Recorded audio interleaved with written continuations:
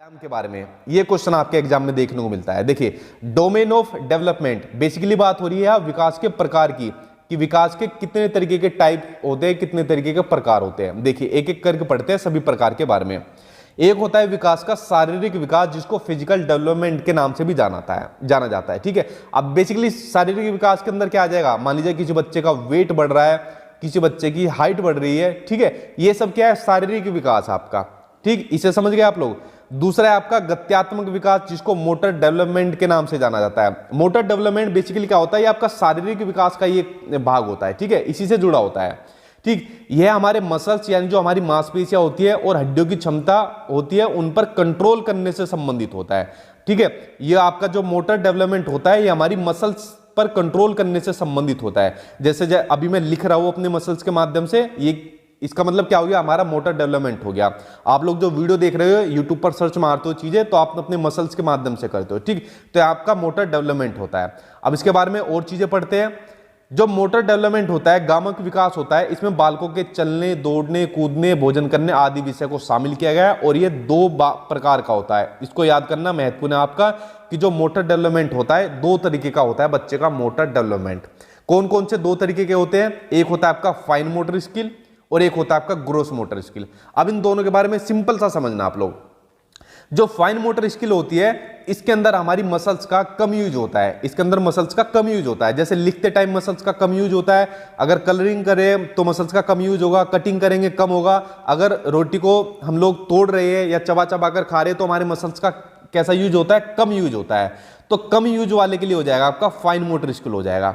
लेकिन जिसके अंदर हमारे मसल्स का ज्यादा यूज होता है, वो हो जाएगा आपका ग्रोस मोटर स्किल। तो ग्रोस मोटर स्किल के अंदर हमारे मसल्स का ज्यादा यूज होता है। जैसे स्विमिंग करते टाइम तो हमारे मसल्स का ज्यादा यूज होगा, जंपिंग करते समय, रनिंग करते समय। जैसे आप लोग अपने हाथ में भी मोबाइल फोन लिया होगा, तो मोबाइल फोन में जब आप लोग चीजों को सर्च करते हो, कोई भी चीज आपको सर्च करनी है, तो क्या हो जाएगा, आपका फाइन मोटर स्किल हो जाएगा, आपकी मसल्स का कम यूज होगा।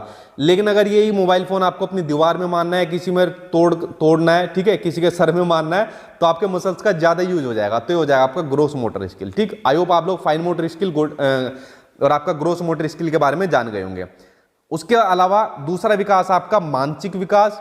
ठीक है, अब देखिए, जो मेंटल डेवलपमेंट होता है, जो संज्ञानात्मक विकास होता है, तो मानसिक विकास के अंदर बेसिकली क्या काम होता है, ये हमारी मानसिक क्रियाओं से संबंधित होता है। किससे, मानसिक क्रियाओं से संबंधित होता है हमारा मानसिक विकास।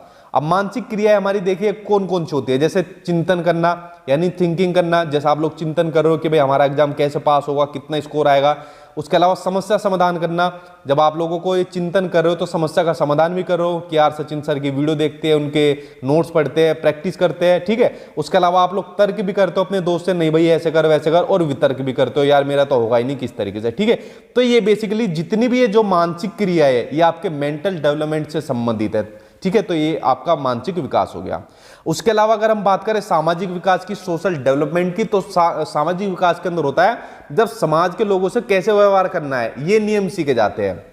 जो समाज के जो लोग होते हैं, भाई समाज के अंदर कौन आ जाएगा, हमारी फैमिली आती है, स्कूल आता है, पड़ोस का जो हमारे वो होते हैं पड़ोसी होते हैं वो आते हैं। ठीक, तो इनके समाज के साथ हमें कैसे व्यवहार करना है, कैसे हमें समाज के नियम सीखने, तो ये हो जाता है आपका सामाजिक विकास होता है।